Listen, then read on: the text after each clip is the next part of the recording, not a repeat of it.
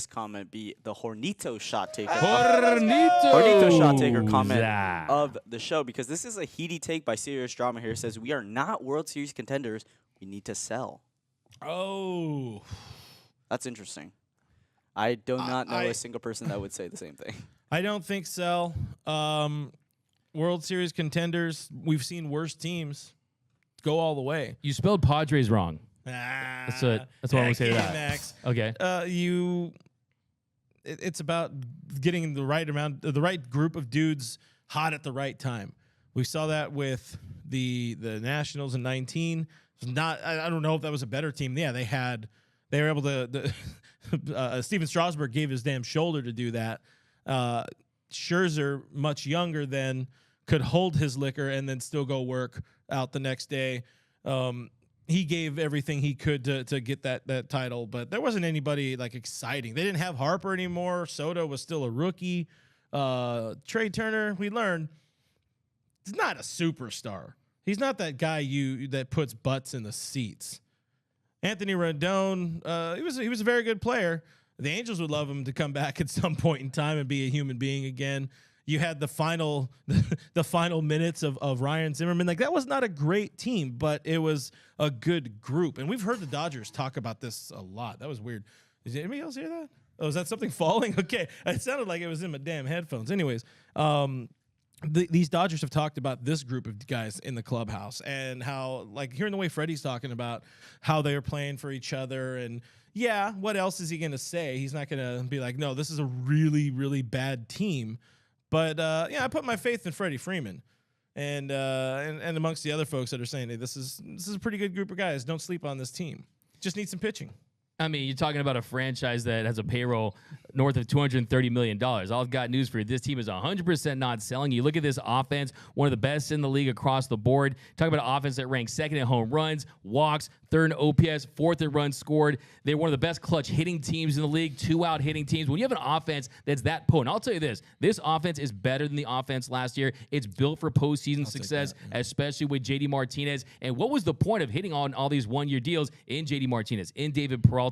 We know Thor's been a thud so far, but offensively, those guys have worked out. Jason Hayward on a minor league deal. And I think you brought up the best point, too, was the intangibles. Sometimes you catch lightning in a bottle as far as team chemistry. I've been around these guys a little bit. No comparison with this team and any team that I've been around in the past. The camaraderie, the chemistry that this team has, it's off the charts. After work, they're not going their separate ways. They're going to the bar, and they're sitting there hanging out, right? I'm not saying that literally. I'm saying figuratively. They're the kind of coworkers that do that. They hang out, right? They go to each other's parties. They go to each other's events. And I think this is, you got the last dance? This is a one dance. This is like prom senior year for this team, right? You get one chance at it because you're not going to have a group with JD Martinez, with Jason Hayward. Yeah, of course, we all went Shohei Ohtani. I say Shohei Ohtani prayers. I'm not even a joke. I actually do that. I say pray that we get Shohei Ohtani every day. But we could sign him. He get injured the first game, right? Yeah. Anytime that you can get close, you have to go for it. And this team isn't as far away as some might think. The Braves, they're a really good team. The Rays, they're a really good team.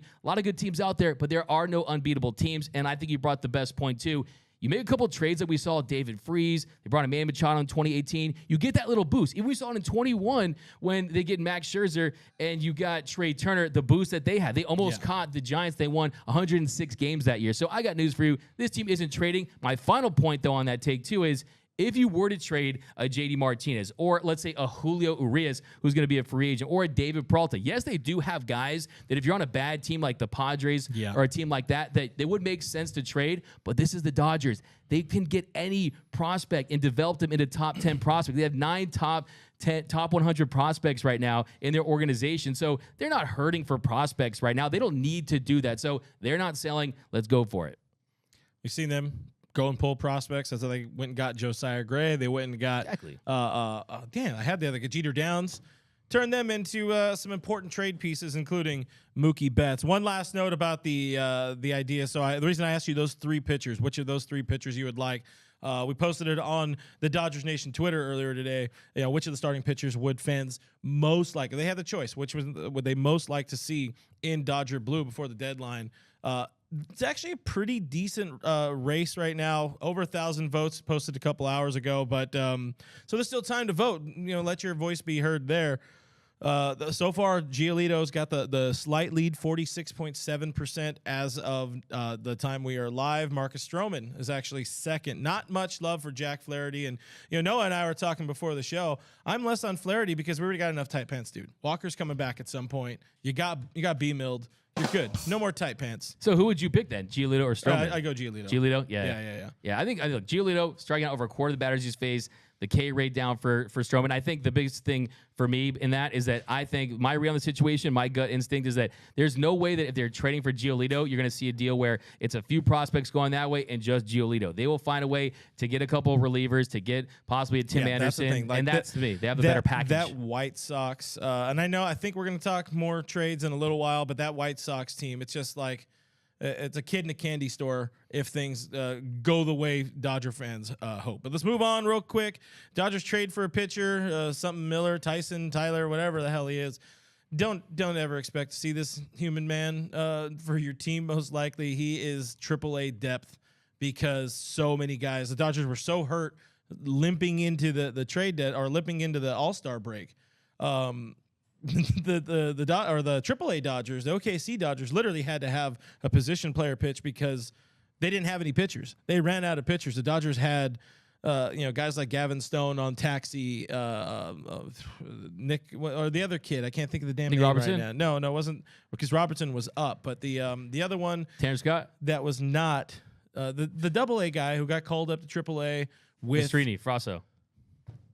Landon Knack. Okay, on taxi. And sorry, man, the words are hard. Hey, at least I've heard. You know what's funny? How long did it take me to learn Michael Grove? And I've been nailing that. People all have been telling me. long. It's funny. I had someone tell me that a scout guy told me that Landon Knack is basically the minor league Lucas Giolito. So there you go.